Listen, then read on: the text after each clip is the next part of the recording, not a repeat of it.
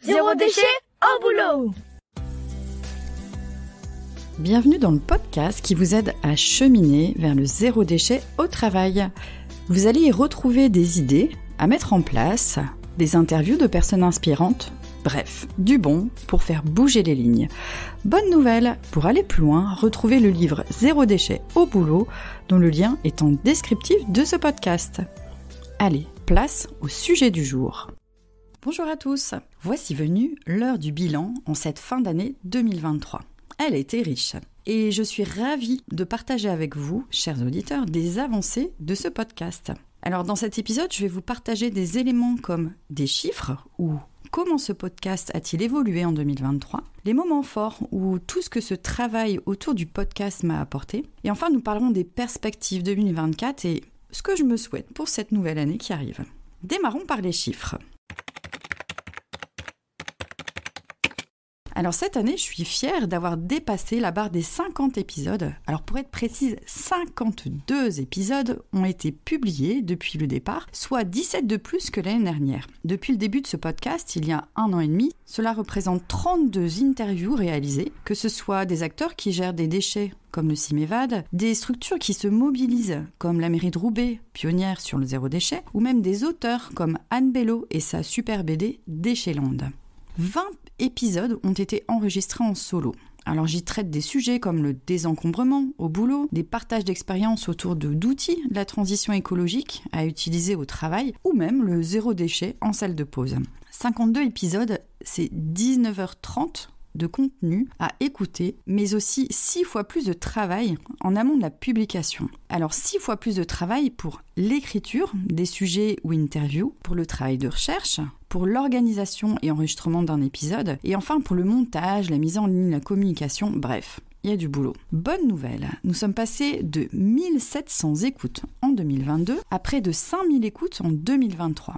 Alors je suis assez fière du travail réalisé, de ma ténacité, même s'il y a eu un peu de relâchement en fin d'année. Alors pourquoi ce relâchement d'ailleurs ?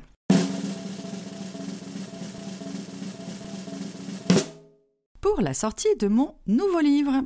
Alors peut-être l'avez-vous vu passer ou pas, mais ce podcast est aussi complété par un livre, un guide pratique qui vous permet de cheminer pas à pas vers la diminution des déchets dans la sphère professionnelle, de piocher des idées inspirantes. D'ailleurs, les épisodes podcast sont mis en avant via des QR codes tout au long du bouquin. Un livre, c'est un sacré travail. En 2023, j'ai finalisé l'écriture de mon ouvrage. J'ai la chance d'être soutenue par une belle maison d'édition, les éditions Perra, qui se situe à quelques kilomètres de chez moi, dans le Nord. On est vraiment au local. Alors la manière dont s'est découpé ce travail, de janvier à avril, j'ai finalisé le travail d'écriture. Ensuite, nous avons travaillé d'arrache-pied de juin à septembre pour les parties relecture, mise en page, éléments graphiques, avec le précieux travail de Noémie Ribeiro da Silva. Le dernier semestre 2023 s'est bousculé avec la pré-vente du livre Zéro déchet et sa sortie le 27 octobre. Mais j'avais en même temps une belle charge de travail pour former des ambassadeurs zéro déchet pour une municipalité, des interventions riches et variées, notamment fin novembre lors de la Semaine européenne de la réduction des déchets et même une formation à Paris sur la facilitation. Cela explique un rythme de publication moins soutenu et c'est OK pour moi.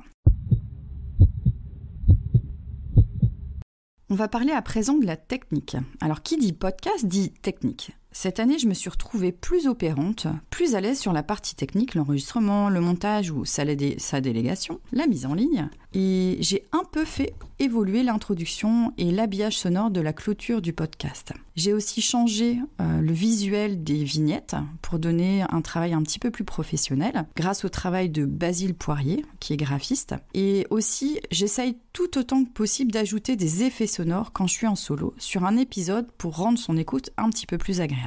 Bon, après, je suis autodidacte, avec une zone de progression certaine. Je reste assez humble sur le sujet. Animer ce podcast est pour moi une belle source d'enrichissement. D'ailleurs, j'adore ce travail de recherche, de curiosité intellectuelle qui me pousse à creuser certains sujets, comme pour l'écriture d'un livre. C'est aussi un outil qui me permet de rencontrer de nouvelles personnes inspirantes, de découvrir de nouveaux outils ou même de nouveaux projets. Je pense par exemple à la rencontre que j'ai faite avec une municipalité qui est l'une de mes clientes, qui est très active sur la diminution des déchets à la cantine scolaire. Alors je me réjouis d'aller à leur rencontre un de ces jours pour les interviewer sur leurs actions mises en place au sein de la cantine et peut-être même interroger les enfants. Bon, affaire à suivre. Quelle perspective en 2024 ? Alors, à l'aube de cette nouvelle année, j'ai quelques souhaits et objectifs. Je souhaite continuer à cheminer au gré des rencontres et des coups de cœur. J'ai envie de parvenir à vous ressourcer de belles idées inspirantes et j'ai toujours plein d'idées à partager. Je me fixe l'objectif de dépasser les 70 épisodes tranquillement et de faire progresser le nombre d'écoutes. Rêvons un peu. Pourquoi pas passer la barre des 10 000 écoutes l'année prochaine. D'ailleurs, les partages, les commentaires ou évaluations sur vos applications d'écoute, YouTube, Spotify, Apple Podcast et autres, sont toujours les bienvenus pour soutenir mon travail. Alors pour ça, merci pour votre écoute, intérêt et soutien. Je me réjouis de vous retrouver l'année prochaine. Belle fête de fin d'année et au plaisir. Vous avez écouté cet épisode jusqu'à la fin. Merci pour votre écoute.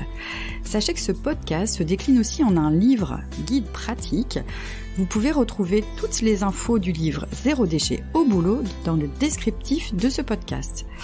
N'oubliez pas, pour soutenir ce podcast, merci de commenter, voire de partager sur votre plateforme musicale préférée. Vos retours, c'est bon pour le moral des troupes. Rendez-vous tous les 15 jours pour un nouvel épisode. Et si vous souhaitez être informé en primeur, vous pouvez vous inscrire sur la newsletter. N'oubliez pas, le zéro déchet est un chemin qui se construit pas à pas. Au plaisir!